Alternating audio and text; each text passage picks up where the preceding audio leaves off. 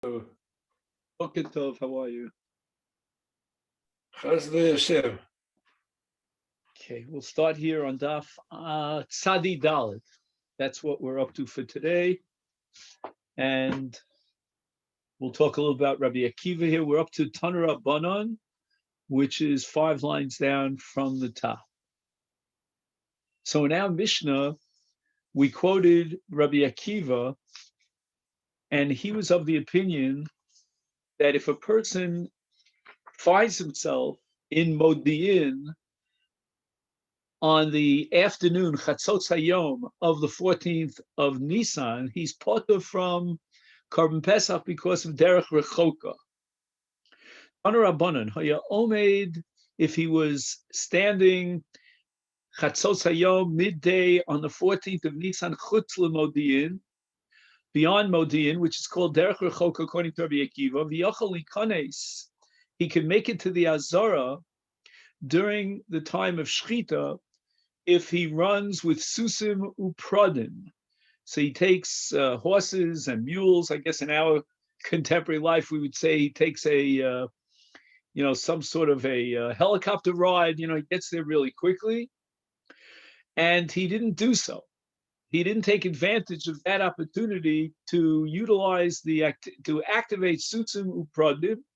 Yochel, I might think he should be chayav kares, because he could have reached the Azara during the Shechita period. Talmud Lomar, the pasuk says, "Ubederech lo haya," and Allah lo haya bederech. It's haya bederech rechoka. He wasn't bederech. So bederech lo haya means that he wasn't within that proximity, that vicinity, close to the Azara, and this person was not close to the Azara. And when the Torah says that you have to be in a Makom Karov in order to be chayav in Korban Pesach, this individual was not b'Makom Karov. He wasn't in a close place. And you're only chayav kares if you were b'derech lo haya. In other words, you weren't b'derech rechoka, but he was b'derech rechoka. Another din the Gemara tells us is that haya omed, if on Chatzos Hayom, on the 14th Nisan, lifnim min Modi'in. This is the flip side. Here we're going to have a case of someone who, although he's within close vicinity of the Azara, nevertheless he does have a certain excuse. And the question is, would he be chayav kares or not? Can he use that excuse as a mitigating circumstance to exempt himself from kares?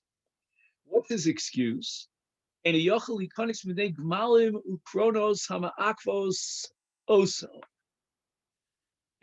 Rashi explains that what happens is that he's riding with his whole family on camels and wagons, and the traffic is backed up. He doesn't want to leave his household, his family members, and travel alone and leave them behind.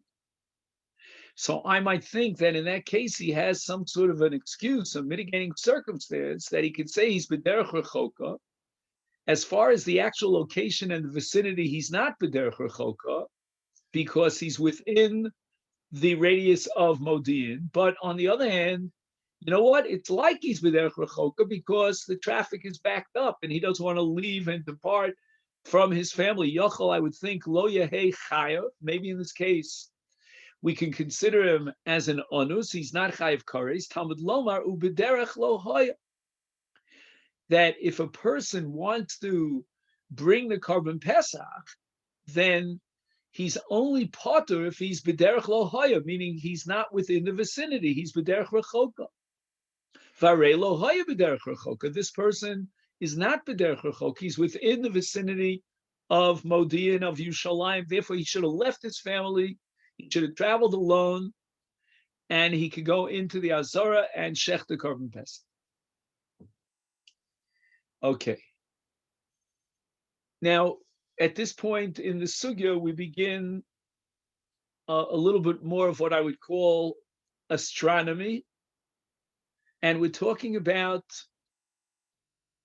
the opinion of Rava. Rava holds like Ula. Back on the previous Amud, that the period of time from Alos HaShachar until Hanetachama is equal to the period of time it takes to walk 5 mil. And we're going to see exactly how Rava develops this idea, which again we've already seen in Ula, about the 5 mil. Then we'll see another shita that's really only 4 mil. But now we're going to Rava and Ula. It's 5 mil between Alos and Hanetz. And we're going to see a parallel period of time of 5 milin between Shkia Sachama and Tzeis HaKochavim. Amar Rava, Shisa Alfei Parse Havi Alma. The entire globe is 6,000 parsa wide. So if you would draw a circle around the outer circumference of the Earth, you would find that it's equivalent to 6,000 parsos. And we once said that a parsa is 40 mil. So this is what you call the shear, the amount of the hekev. And of course, the sun now, traveling from east to west, is going to circle the globe. And that's going to be on a daily basis a distance of 6,000 parsos. The Sumcha Durakia Alpha Parse. Now, what is Sumcha Durakia? And how does Rava know that it's 1/6 of the area that surrounds the entire world? So the ratio between Sumcha Durakia and the entire globe is 1:6. The entire globe is 6,000 parsos. Then Sumcha Durakia is 1,000 parsos. Now, the English translation of Sumcha Durakia is the thickness of the firmament. And he gives you another synonym, another phrase for thickness of the firmament, which is, again, in the Gemara's language of Rava, Sumcha Durakia. He calls it the celestial sphere. Now, it seems that the sun, in its movement around the earth, again, that's questionable, but in any event, the sun, we perceive it from where we're standing on earth as if it's circling around the earth from east to west. When it sets in the west at night, it passes through this area, which is called Sumcha Durakia, the celestial sphere.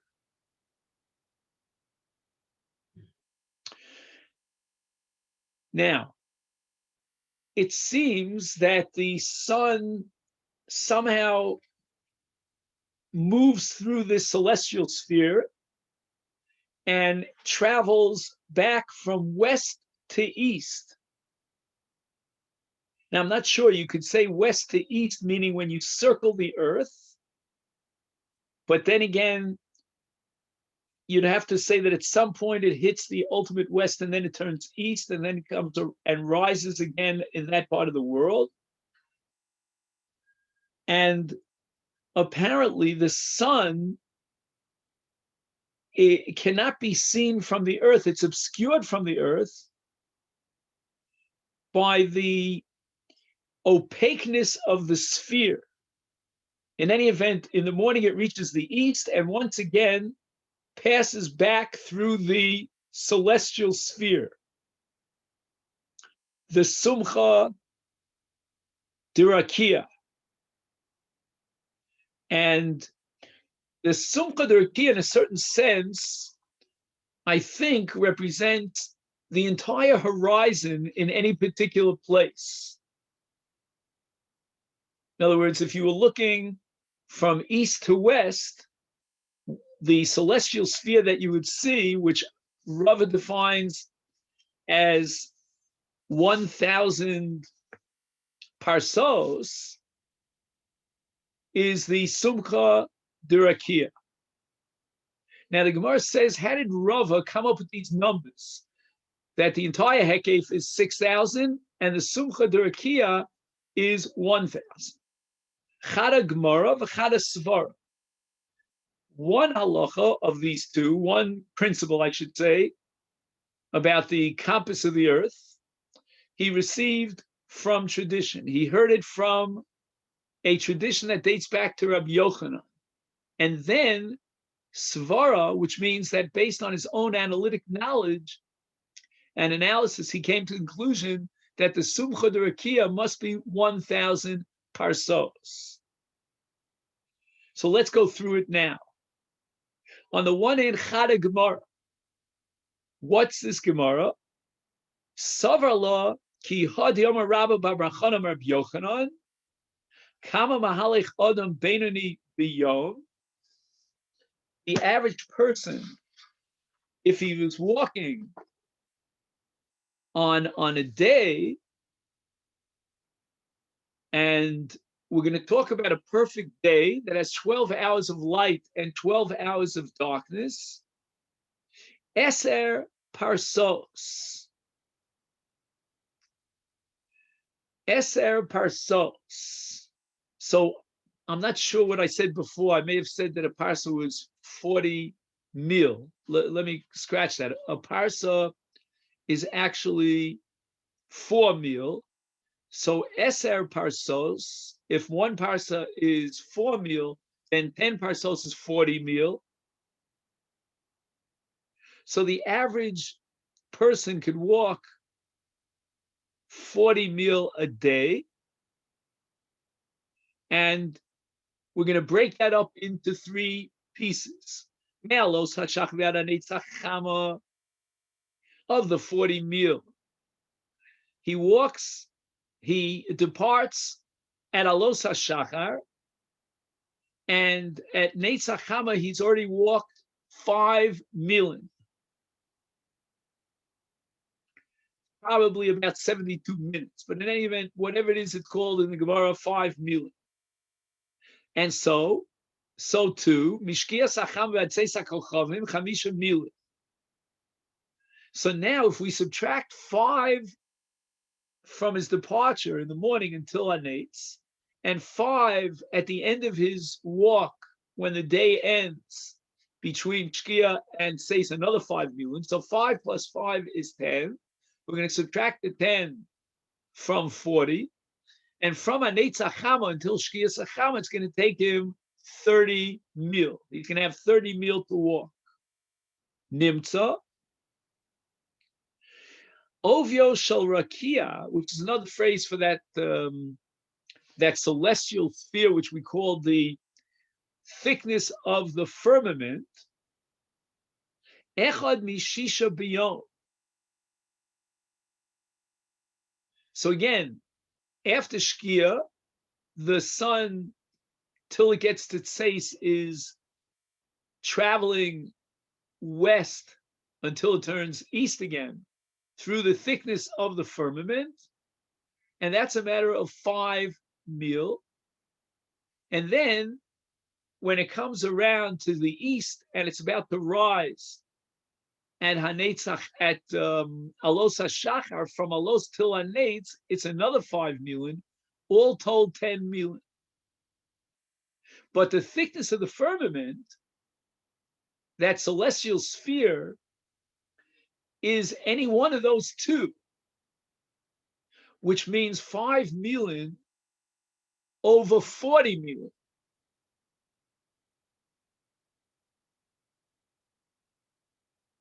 Just 1 second. 5 over 40. Just 1 second. Do I have that right? Should be a relationship of 1 to 6. Is that correct? No. My mistake. Again, the number here is not 40, but 30. 40 includes the thickness of the firmament. We want to subtract the thickness of the firmament of those 2 periods of time, which is 5 milin and 5 milin, and subtract that from the total which is the 40 milin, and we're left with 30 milin. So what's the relationship between the 5 milin and the 40 milin? It's 1 to 6, because 6 times 5 is 30. Please correct me if I'm wrong, but that's what I remember from my childhood.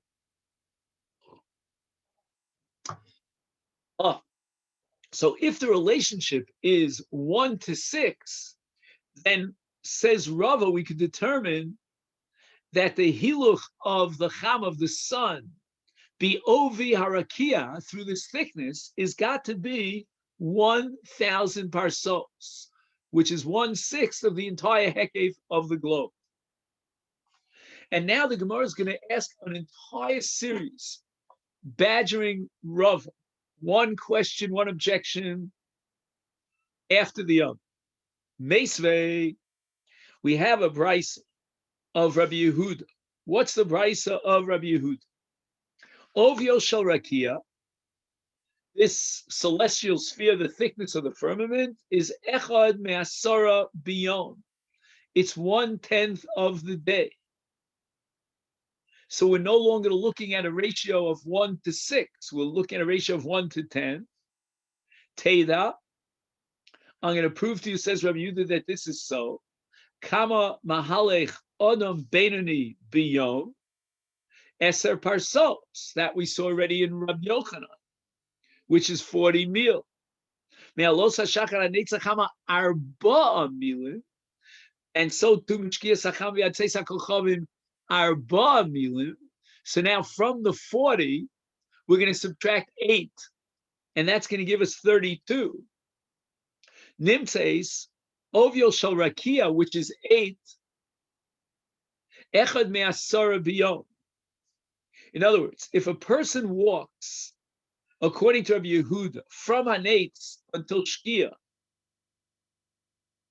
which is 32 mil, according to this new calculation of Rabbi Yehuda, because again, from Alos until Seisa Kochavim would be 40 mil, we have to subtract the 4 mil from Alos till Hanetz, and another 4 mil from Shkia to Seisa Kochavim, that's 8 altogether. So you're left with an entire 32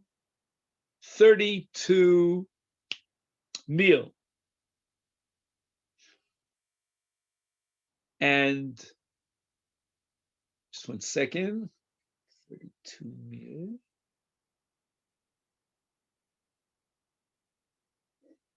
Tuvta de Rava and Tuvta de Ula. Now this is against Rava, because according to Rava, the time it takes to walk from Hanetz until Shkia is 30 mil, and likewise Tuvta de Ula, because as we said earlier, Rava was really holding like Ula, who said that once again, from Hanetz Hachama until Shkia is 30 mil. And now we're saying, according to Rabbi Yehuda in this brisa, it is 32 mil. The only thing I'm missing here is the Eser Parsos. Again, Eser Parsos, we said, is true according to everybody. So that when we talk about Alos HaShachar till Tzeisa Kocham, we're talking about 40 mil. But from the 40 mil, if you want to reduce it down to Hanetz Hachama, so again, from Alos HaShachar till Tzeis is 40 mil. Now you want to reduce it by subtracting the firmament, which means from Alos until Hanetz, subtract that plus, we're going to subtract from Shkia till Seis HaKochavim, that's 4 plus 4, according to Rabbi Yehuda, that's 8 mil. 8 mil from the full 40 mil leads you to 32 mil. Whereas Rava and Ula were operating with the assumption that from Hanetz until Shkia is 30 mil. Tuvta, the Gemara says, we have no reconciliation, and Rabbi Yehuda is definitely against both Ula and Rav. Lema says the Gemara Tevi Tuvta de Rabbi Yochanan. Shall we say that we should raise an objection from Rabbi Yehuda in this brisa to Rabbi Yochanan? Because Rabba Bar Chana said in the name of Rabbi Yochanan that from Alos HaShachar until Hanetz, a person walks 5 mil, and from Shkia until Tzeis he walks another 5 mil. According to Rabbi Yehuda in the brisa, he's only walking 4 mil in those 2 periods of time. The Gemara rejects this and says no. Amar Loch, Rabbi Yochanan would say, Ana b'yamama hudi amri. In other words, I was talking about an average day during the entire course of the day from Alos HaShachar until Tzeis HaKochav. And therefore I was assuming that a person would walk 10 parsots during that period of time. I never went into detail as to how long it would take him before Hanetz or after Shkia. I could agree with Rabbi Yehuda that's going to be 4 milin, because at the end of the calculation, all I have to get to is my 40 milin, which is equal to Eser parsos. For Rabbanan Huda Katoy, and it was Ulan and Rava that interpret this in the wrong way. To Kachashvan de Kadma v'Chashocha. What led them to this mistake? How did they jack up the number from 4 milin to 5? They thought that they would calculate Kadma v'Chashocha. In other words, the hiluch of Rov b'nei Adam holchim 5 mil kodem anetz alidei shemashkimim lotzeis l'derech kodem alos hashachar. In other words, they were calculating the amount of milin that you would walk if you were an average person who would get up a little bit earlier and depart before alos hashachar. And after Shkia, they would go until a little bit after Tzeis HaKochav. So therefore, they jacked up the number from 4 mil to 5 mil, and that was their error. I didn't make that error. I hold, like Rabbi Yehuda, that if they would have left exactly at Alos, or if they would have ended their walk for the day exactly at Tzeis HaKochav, it would have been 4 mil. Okay. Now the Gemara says, Lema tevi tuvta de Rabbi Chanina. Because the Gemara back on Daf Tzadi Gimel brought a proof from Rabbi Chanina that this period of time in the morning and the evening is 5 mil. And now the Gemara wants to know, can we reject Rabbi Chanina based on Rabbi Yehuda in the Brayso? So Lema tevi tuvta de Rabbi Chanina. Because Rabbi Chanina said that he actually saw the location where Lot departed at Alos HaShachar from Sdom and ended in Soar at Hanetz HaChamel, and he called it 5 mil. So it means that from Alos HaShachar till Hanetz, the Zman Hiluch is 5 mil. Rabbi Yehuda says it's only 4 mil. The Gemara says Lo. Vaya'itzu shiny. With regard to Lot, the pasuk says Vaya'itzu amalachim b'Lot. They were sort of pushing him. They were pressuring him because they didn't want him to get destroyed with stone. So it could be that actually the time period that it would normally take to get from one point to the other, from Alos HaShachar to Hanetz, would be the hiluch of Arba milin. Lot actually traversed 5 milin because he went very fast because He'itzu bo amalach. Now the Gemara has another kash on Rav Toshma. Mitzrayim hoya arbamios parsa. So the Brisa tells us the size or the area of Mitzrayim. Mitzrayim echad mishishim bekush. And Mitzrayim is very small. It's 1/60th of the size of Kush. Okay, the echad mishishim.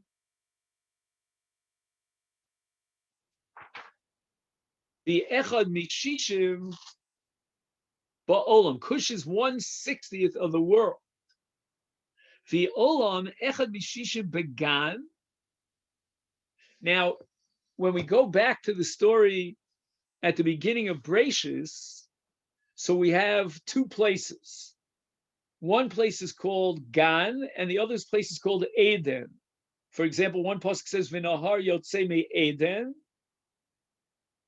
and there's another pasuk that says "Lahashkos es Hagan." Actually, it's in the same pasuk, "Lahashkos Hagan." But anyway, Gan luchud ve'Eden luchud. And Chazal say about Eden, "Lo rasa ayin kol birya." Even Adam Arishon never saw Eden because he was located in Gan. So that Cush is 1/60th of the world. The world itself is 1/60th of the Gan, and the Gan is 1/60th of Eden, and Eden is 1/60th of Gehenna. So this is a whole discussion here in the Mefarshim. How could it be that Gehenna is 60 times larger than Eden?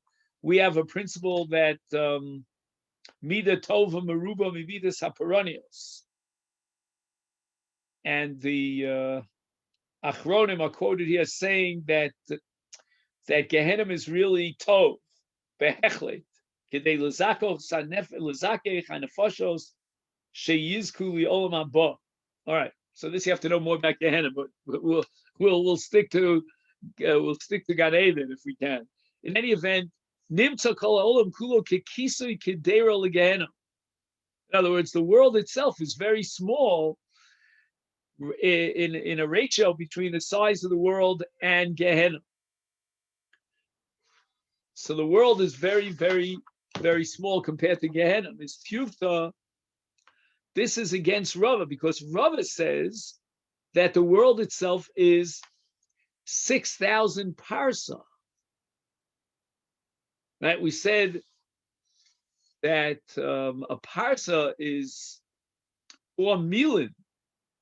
Now, so we're talking about a tiny area. Here, he has a bit of the calculations here. If I can find it now, it's pages and pages of astronomy here. In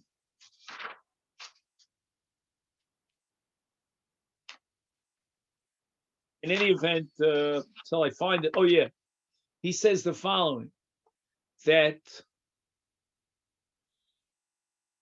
a person, he says, where is it? The conclusion that emerges from the Gemara, the world is about 1,825,000 parsos across, which in miles is somewhere between 4.2 and 5.5 million miles. That's far larger than 6,000 parsos. But the truth is that based on contemporary measurements, 6,000 parsos is really very close to the size of the Earth. The Earth is not, 5.5 million miles. That's mind-boggling, 5.5 million miles. I mean, to get from Jerusalem to the Atlantic Ocean is counted in thousands, and you're almost halfway around the world.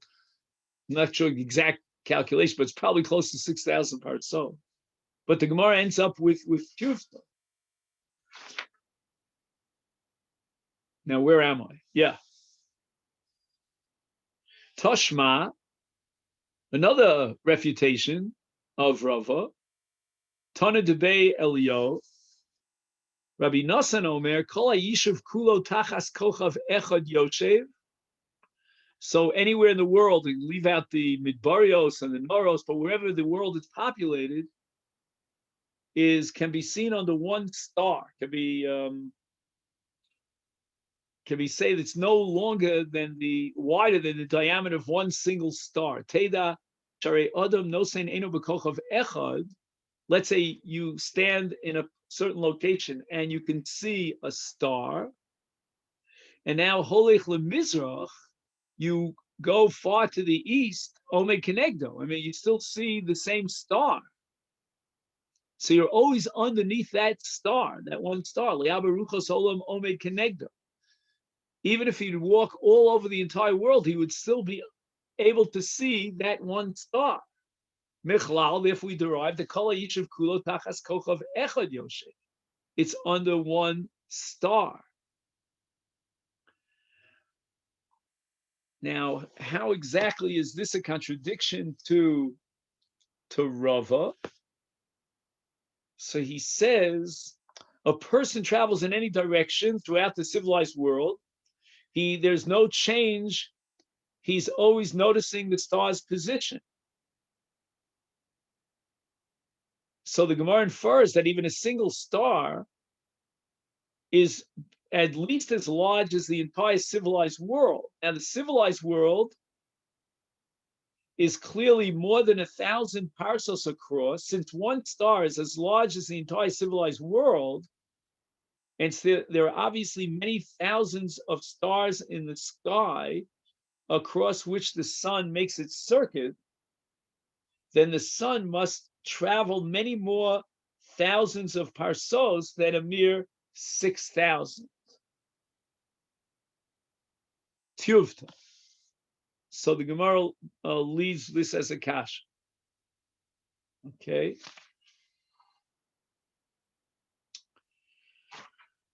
Next, Toshma, another refutation of Rava.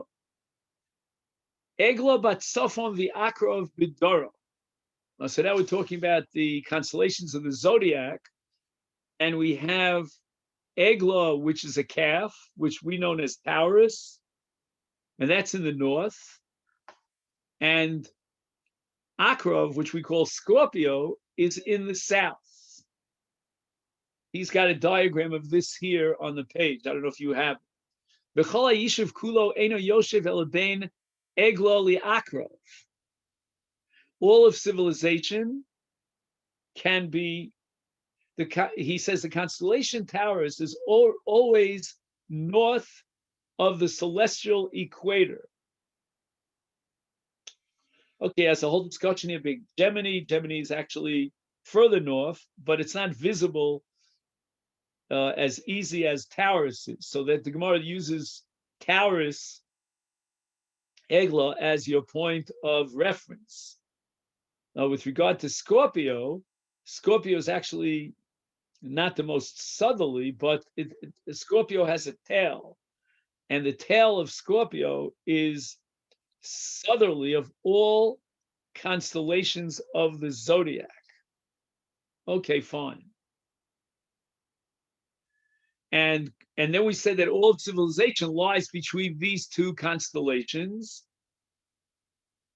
She'en chama nichneses liyishuv el shah achas b'yom.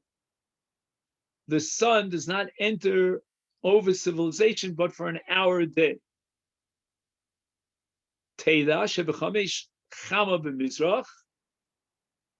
In the 5th hour of the day, the sun can be seen in the east. B'sheva, now we're at 1 p.m. in the afternoon, just 2 hours later. So you're going from 11 to 1. Chama b'marav. The sun is already in the west. Chatzi sheish v'chatzi sheva chama omedes b'rosh kol adam. From 11:30 to 12:30, right, the halfway through the 6th hour to halfway through the 7th hour, right? The 6th hour is from 11 to 12, and the 7th hour is from 12 to 1. During that 1 hour, the sun is above the head. Okay, so why is this a kasha on Rav? He says the sun must pass over all of civilization during that middle hour of the day. So it's directly on top of us, overhead. Apparently, the circuit of the sun is 12 times the size of the entire civilized world, which is far larger than 1,000 parsos. Oshma, another refutation of Rava, the Omar Rabban Yochanan ben Zakkai ma tshuva heshavtu baskol also Russia. So we're talking about Nebuchadnezzar, and a baskol comes out. There was no longer Nevu at that time, and it declared. And what was the baskol relating to? A response. It was a response to Nebuchadnezzar's declaration. Sha'amar b'shosh Omar ele al bomasei of Adam Eli Elyon. I will ascend over the tops of the clouds. I will liken myself to the Most High. This is the gaiva of Nebuchadnezzar. Yotza Baskol v'Yomelo Rasha ben Rasha. And here we turn to the Tzadi Daled Omid Beis. And Ben Beno Shel Nimrod Harasha. Now he's not really a grandson of Nimrod, but he follows in the footsteps of his great ancestor Nimrod. And who is Nimrod? Shehimrid Eskola Olon Kulo Olai B'Malchusa. He tried to undermine. They wanted to build the Tower of Babel, and he wanted to undermine God's reign, his sovereignty over the world. They would fight Kaviyachal against God. Kama Shnosav Shal Adam. Shivim Shana, V'Migvoras Shmonim Shana. Shneimar Yimei Shmo Seinu V'Hem Shivim Shana V'Migvoras Shmonim Shana. Okay. So the Baskol said Rasha ben Rasha, fine. Now it says Mina Oretz Ad L'Rakia Mahalach Hamesh Me'el Shana.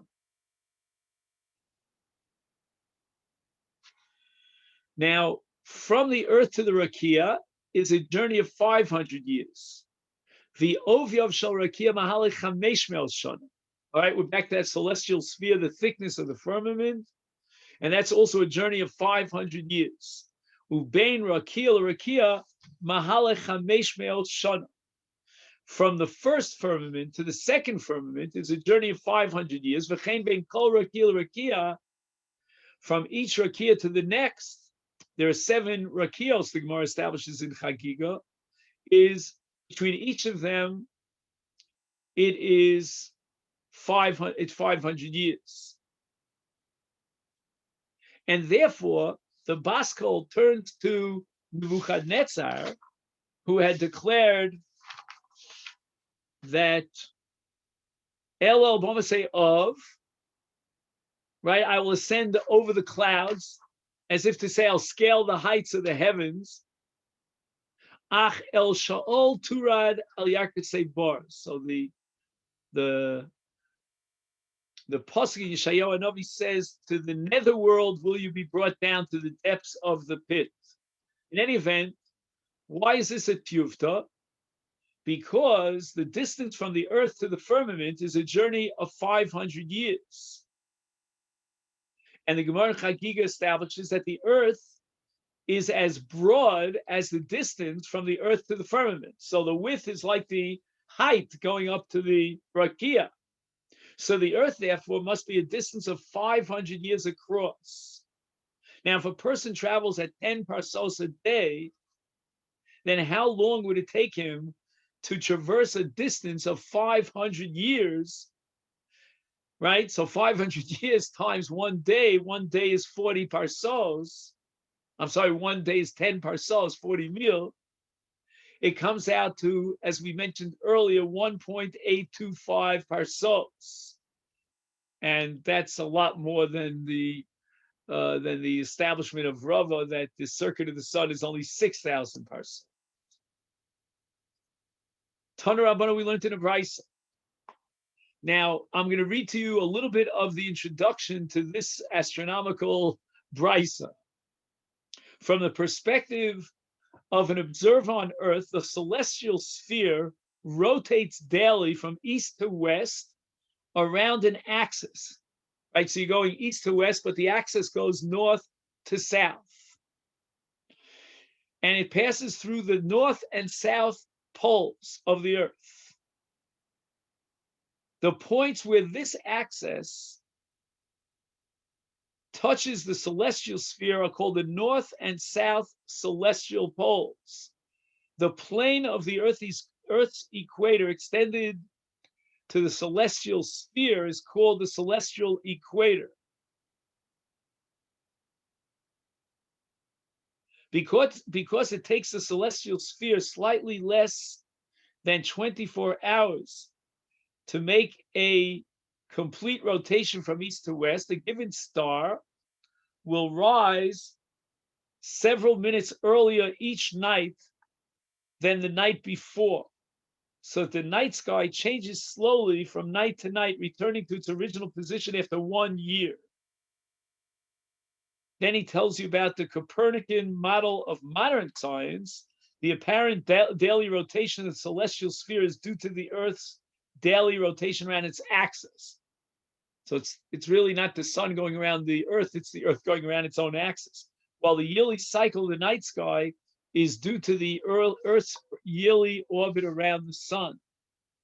Now, although the positions of the stars on the celestial sphere are fixed and unchanging relative to each other, the position of the sun and the planets is not. Okay, so the relationship between the stars and the celestial sphere is fixed, but the sun, its position is not fixed. The position of the sun shifts steadily eastward against the backdrop of the stars, making a complete revolution of the celestial sphere every year. The path of the sun through the sphere is called the ecliptic. The ecliptic is inclined about 23 degrees to the plane of the celestial equator. And for this reason, the sun appears higher in the sky in the summer than it does in the winter. The wheel of the zodiac, that contains the constellations of the zodiac, extends somewhere above and below the ecliptic. Thus, over the course of the year, the sun passes through all of the zodiacal constellations. And he has a diagram. The Jewish and Gentile sages disputed the nature of the sun's eastward movement along the ecliptic. The view of the Gentile sages is that the sun and the stars are fixed in different spheres, and the sphere containing the stars rotates slowly westward around the ecliptic, causing the position of the sun relative to the stars to shift. So the wheel of the zodiac in the Gemara's language revolves and the constellations are fixed in it. The Jewish sages, however, maintain that the stars are not fixed in a sphere of their own, but rather are fixed to the same celestial sphere, the same fabric of space as the sun. However, over the course of the year, the sun is displaced along the ecliptic, being passed, as it were, from one constellation of the zodiac to the other. And in the language of the Gemara, the wheel of the zodiac is fixed in the celestial sphere, and the constellations revolve slightly in order to pass the sun from one to another and then return to their place. So Tanu Rabbanu, we learned in the Brisa, Chachma Yisrael Omrim Galgal Kavua. Right, the wheel of the zodiac is fixed, Umazolos Chosrim, but the constellations revolve and then return to their place. Chachma Umos say the exact opposite. The Gentile sages, they're wise people, they say, Galgal Choser. It's the wheel of the zodiac that is moving, revolving, it's not fixed. And Mazolos Kvuim, the constellations are fixed in it.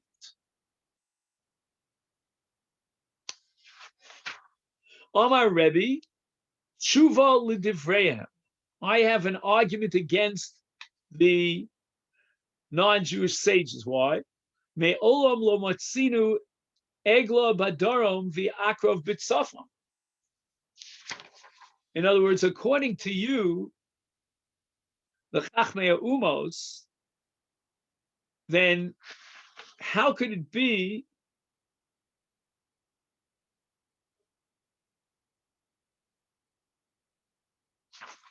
Okay, we have to understand exactly Rebbe's proof against the Chachmei Ha'umos.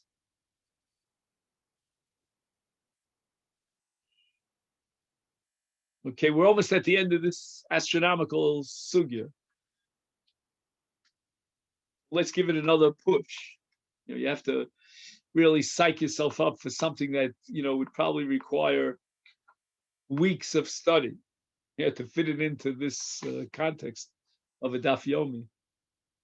He says the following: the ecliptic is inclined with respect to the celestial equator, or as Rashi expresses it, the wheel of the zodiac lies half above the earth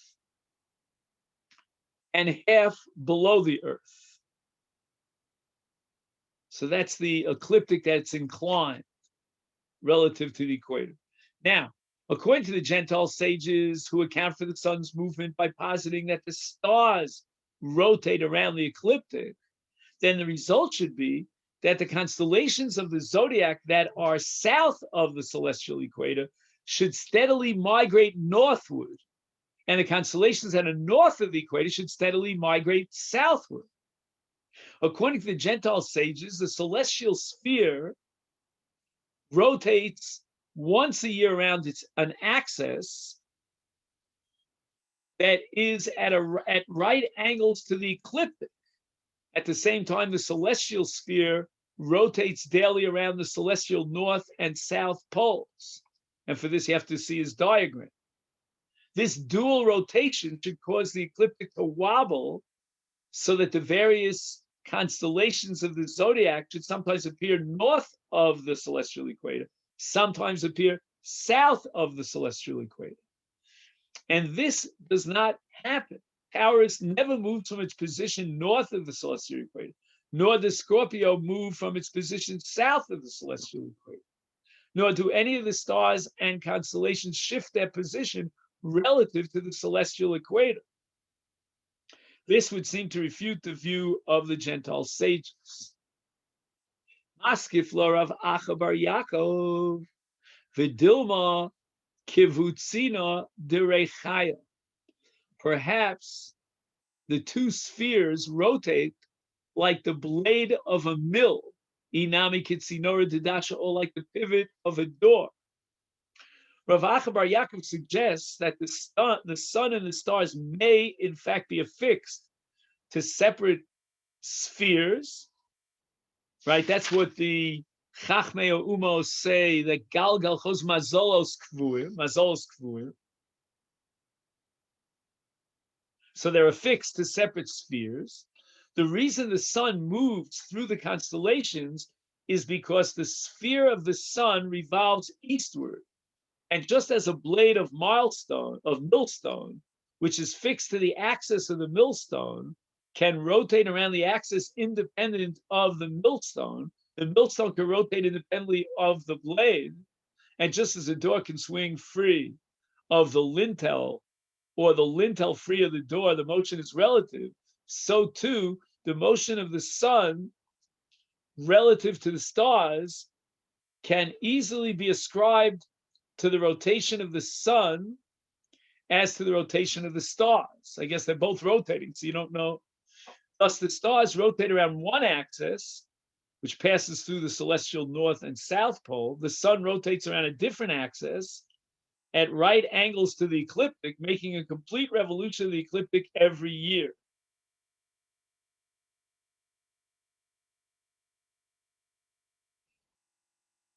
He says the Jewish and Gentile sages disputed the nature of the movement of the stars. The Gentile sages maintained that the stars are fixed to the celestial sphere, which is in rotation, where the Jewish sages maintain that the celestial sphere is immobile, while the stars have an independent motion. Okay, that's Rav Hai going.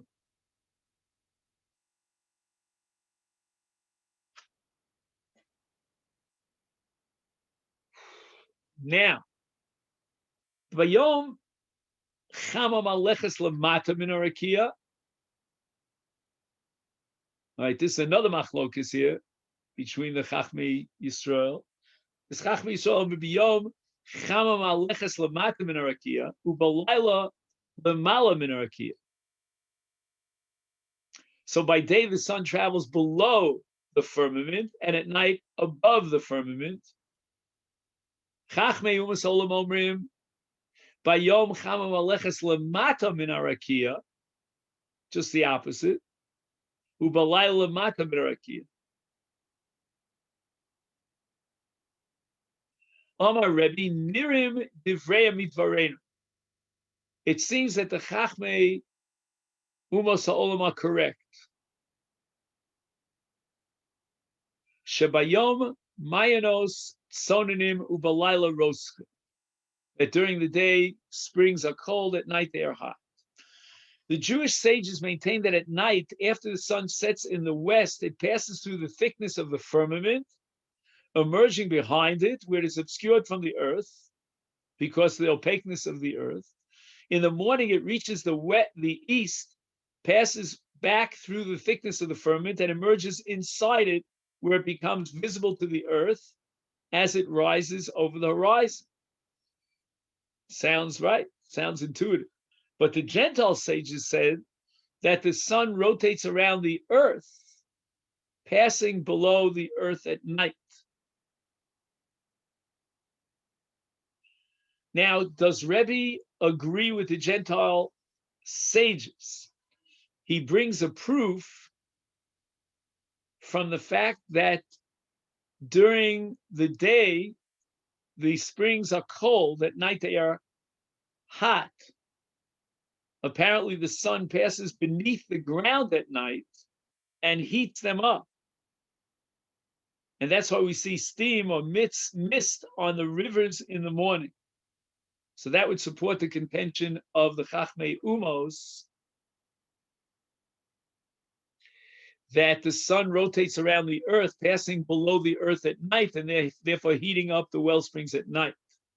Tanya, we learned in the Bryce, Rabbi Nosson Omer, Bimos hachama chama maleches begova shel rakia. In the summertime, the sun travels high in the sky. Leficha kol ha'olam kula roseach. The world is hot. Umayonos tsonanim. The springs of water are cold. Bimos hagshamim chama maleches b'shipule rakia. In the winter, the sun travels low in the sky. Leficha kol ha'olam kula tsonanim. Umayonos roschim. The waters are cold and the world is cold, and the springs of water are hot.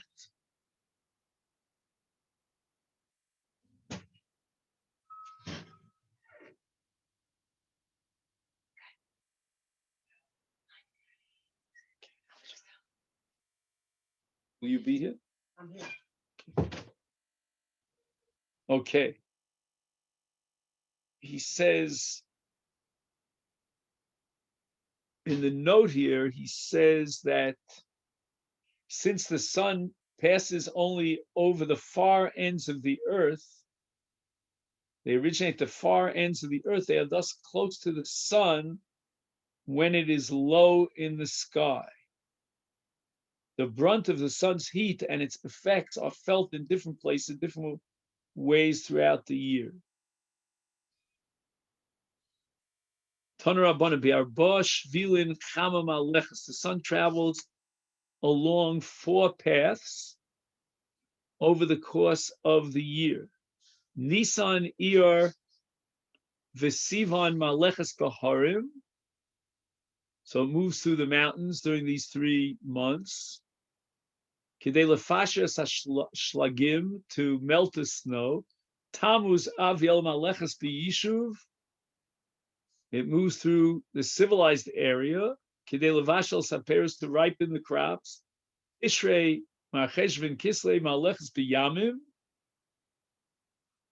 So during these 3 months, which we call autumn, it moves through the oceans, Kidei liyabesh es hanaharos, in order to dry the rivers. Teves, Shvat, Vadar, Maleches, B'midbar, during the winter months of Teves, Shvat, Nadar, it moves through the desert, Shelo liyabesh es hazroim, So it moves away from civilization in order not to dry out the seeds that are germinating. Okay, Rabbi, so now we go back to Masechet Pesachim. Rabbi Lezer Omer. Okay, let's just see if we can finish the daf.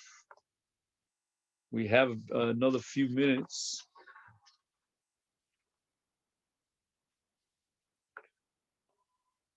So the Mishnah tells us in the name of Rabbi Eliezer that if you're standing mitzkupas, the threshold of the Azor Lechutz, you're already potter from Pesach Rishon, you call derech rechok. So the Gemara asks, according to Rabbi Eliezer, a person standing, he's so close, he's already at the threshold of the Azor, and yet he's potter from Korban Pesach, he's called derech rechoka. Afagav the Motzi aisle, he could walk right in. I mean, he's standing right there. Why doesn't he go into the Azor and check the Korban Pesach? Lo amrina leikum aisle. Do we not tell him to go inside the Azor? And if he doesn't do so, he should be chayiv kares. Vasanya, and the Gemara wants to bring a proof from Rabbi Eliezer himself to this logic, because Yehudi Orel Shalomal, if a Jew did not circumcise himself, and therefore he couldn't bring the Korban Pesach, he's on his kares. He gets kares for not bringing the Korban Pesach, Divrei Rabbi Eliezer. So we see clearly that Rabbi Eliezer holds that we tell a Yehudi Orel, go ahead and circumcise yourself, otherwise you're going to be chayiv kares if you don't bring the Pesach. So why doesn't Rabbi Eliezer say the same thing to a person who's standing outside of the threshold of the Azara? Let him go inside, bring the Korban Pesach. Why isn't he chayiv kares? Amar Abaye, derech rechoka l'tahar v'yein derech rechoka l'tameh. When the Torah said that you're in derech rechoka, you're patur, it's referring to an Adam tahar. And the only ikuv, the only thing that's preventing him from bringing the Korban Pesach is the fact that he's standing in derech rechoka.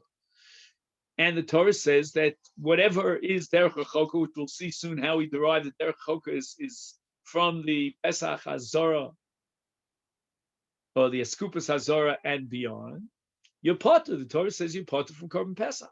You're b'derech rechoka, and that's a p'tur.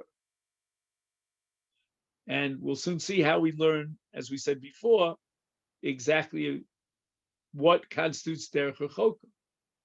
So once you're potter, we don't tell you to go ahead and enter into the Azor. You're potter from the mitzvah. You don't have the obligation of Korban Pesach. In the case of Tameh or in the case of Orel, the Torah said that you're not potter because you're far away. The Torah says it's because you can't eat the Korban Pesach at night. You're an Orel or you're a Tameh. So therefore, if he could be Matayr himself, or he could mal himself in the case of an Orel and eat the Pesach at night, we're going to tell him to be Matayr himself or to mal himself, and therefore he has to make the Pesach Berishon. If he doesn't do so, he's chayiv kares. Rava Amar Tanoihi, that there are two versions of Rabbi Eliezer, and it's machlokes Tanoim, exactly how to understand Rabbi Eliezer. The Sanya, we learned in the Brayso Rabbi Eliezer, Omer, Nemar, Richuk, Mokom b'Pesach, Nemar, Richuk, Mokom b'Maser. In the case of Maser Sheni, the Torah allows you to be poder the Maser if you're b'Richuk Mokom. It says, Ki yachik mimcha Mokom, is malahal, just like with regard to Maser, the Mokom that he's far away from and allows him to do pidyon is chutz achilaso. In other words, it's outside of the place where he could eat it, right? Maser Sheni can be eaten anywhere within the walls that surround Yerushalayim, inside Yerushalayim. Afkan chutz achilaso. Here too by Korban Pesach, where the Torah again mentions the derech rechoka, it means he's rechoka from makom hakravas haPesach.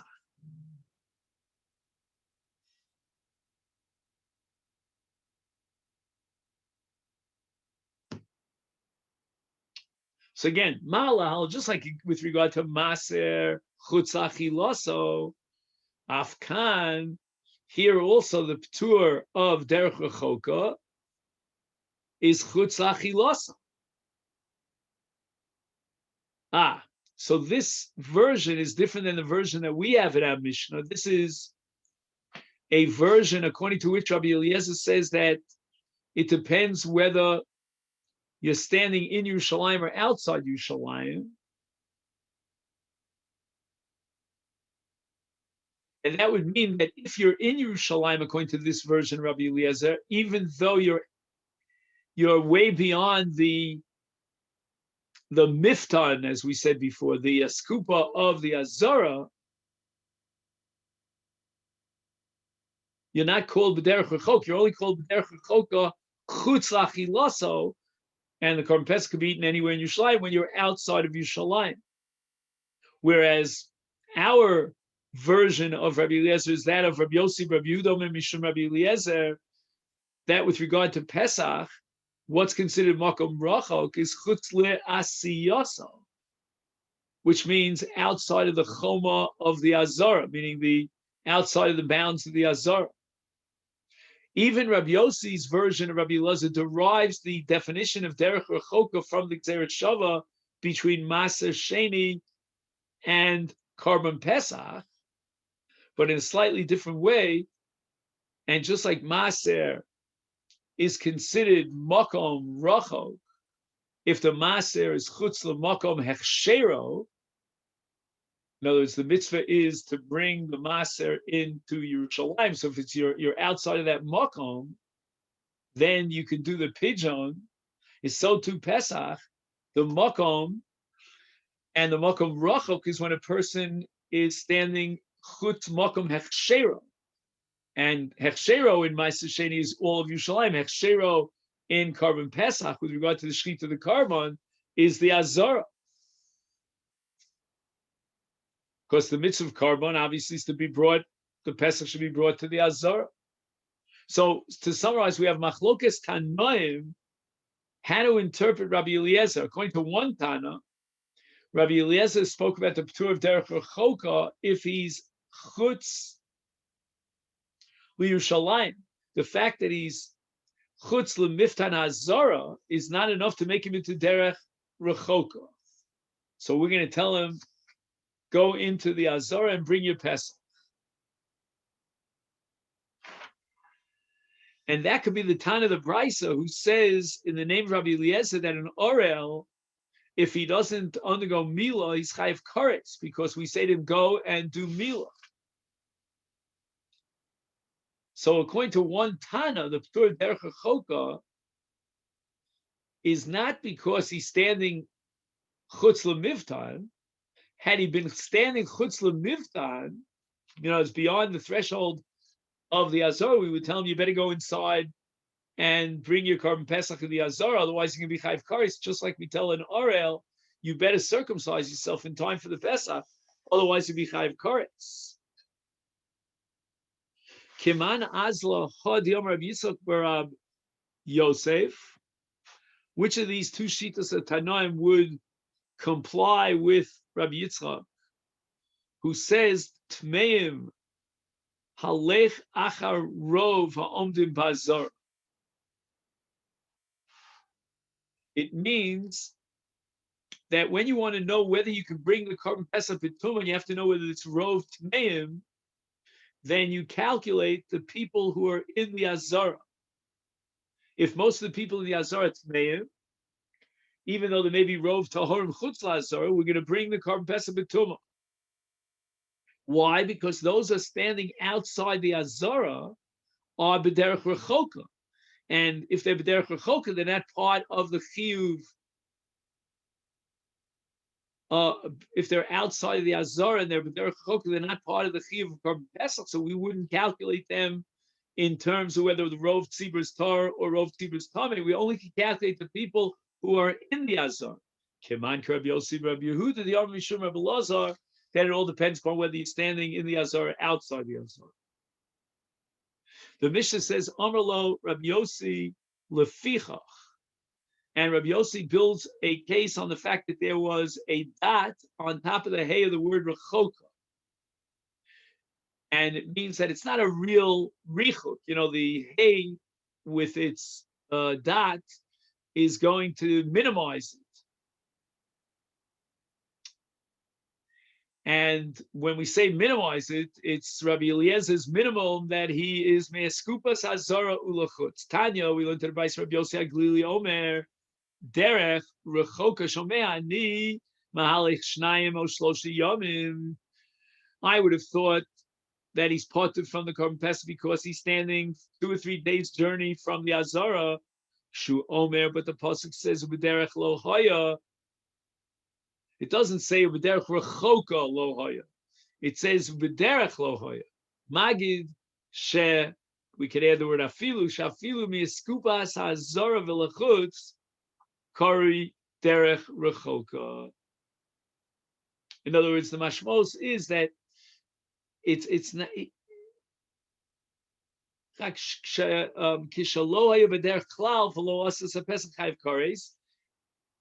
he was not on a travel at all, he's not traveling anywhere, then he's chayiv in Pesach, and if he fails to bring it, he's chayiv kares.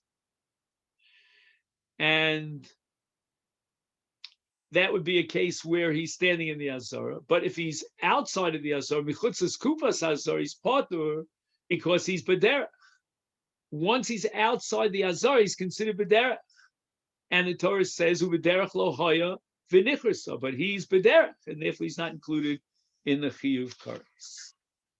And that leads us to the Mishnah on Daf Tzadi Hey Amid Aleph.